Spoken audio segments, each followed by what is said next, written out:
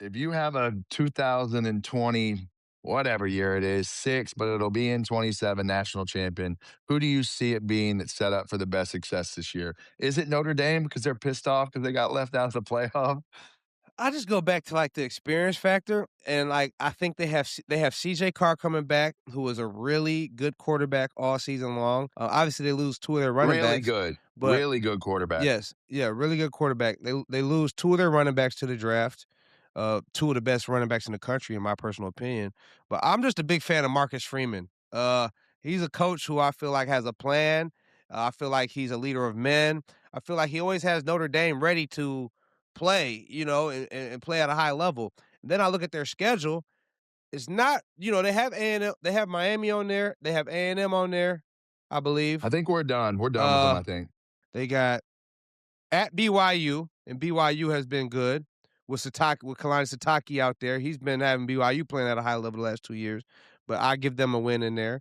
They have at Navy. Then they have Miami at home. They have Miami at home, and they have at BYU. Other than that, they have Wisconsin, Rice, Michigan State, Purdue, North Carolina, Stanford, at BYU, bye week, at Navy, Miami, Boston College, SMU, and at Syracuse. And you And get they made the Miami at rule, home. so them Florida boys don't like to play in the cold. You know what I mean? But Mhm. Neither does SMU. They're going to South Bend too, and SMU's been a decent facts. program, and they're recruiting very well. Yeah, they lost 2 in the first 3 weeks, and they were the number 12 team, right? When you're the number 12 team in this current format, you get bumped out by a group of 6 because they come in. So the 11 is really the cutoff because the group of 6 come in. But now Notre Dame came up with the rule, right? If they're ranked in the top 12 in the final rankings, they get in regardless.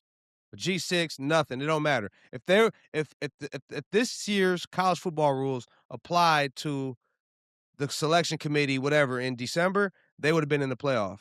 So Notre Dame continues to flex their muscle. They don't need to join a conference. They have a spot that's carved out for them. The schedule ain't tough. They have their returning quarterback, Marcus Freeman. He got to the semifinals 2 years ago. I just feel like, is it time for Notre Dame to get over the hump? I think it's time for Notre Dame to join a conference and stop making rules up just for them. But I digress on that situation. But do you have to? Yes. When the committee is making a Why are you special? Because your helmets are gold? Y'all's are crimson with numbers on the side. Why is it any different? Why do you get special stuff? Why are you special? Because you have a bunch of Heisman Trophy winners and you have a bunch of people that go on to the NFL and you're Notre they Dame? have touchdown Hoo-ha. Jesus. They have Hoo-ha. touchdown Jesus. Hey, but listen though, nobody's making them get into a conference They don't want because to. they They don't just have carved out a to. spot for them again. They just literally carved out a spot for Notre Dame in the college football playoff. That's why I said Notre Dame just takes their nuts out. They drop them on college football's head. They just teabag everybody, and they made the college football committee make them a spot, bro. If they're in the top 12 in the final rankings, they go. So why do I have to join the conference when y'all guys continue to cater to me? I'm going to take this year as a too early national champion, a team that played unbelievable this year with so much controversy. And when you handle controversy like that between a group of men, I believe it makes you better for the future. So my not too early national champion for 2026 season is Ole Miss. It's not a bad one. With Chambliss coming back, with Kawan Lacey coming back, with the chip on their shoulder, coach leaving them, it's not a bad choice. So Ole Miss has lost 23 players. They lost 23 players. Another tracker list, at least 17 distinct outgoing players, but they get their quarterback, running back. Um, 19 players transferring out. So I'm sure they'll have a good transfer portal class as well. And also, I really like their coach. Yep. I think their coach had them prepared to go and listen. They're one third down stop and one drive stop away from going on and beating Miami. So I think they're going to Well, be their really good. defense wasn't stopping nobody. Like, you had to win a shootout. Who had got the ball last? You know what I mean? Like, they weren't stopping nobody on defense, but You know me, man. I'm always hopeful that my Crimson Tide gonna rise to the occasion, and I'm always believing that my Crimson Tide will rise to the occasion. But I'm just gonna fade to black and let them work, and it will come. You know what you do in the dark comes in light, and I'm hoping that they grinding and putting that work in, because I'm believing. But I ain't gonna. I'm gonna just close my mouth for now. Prize Picks is America's #1 sports picks app. App is just really easy to use. Pick more or less on 2+ players to make a lineup. Simple, easy. Prize Picks is available in most states, and what now includes New York. That's right, New York.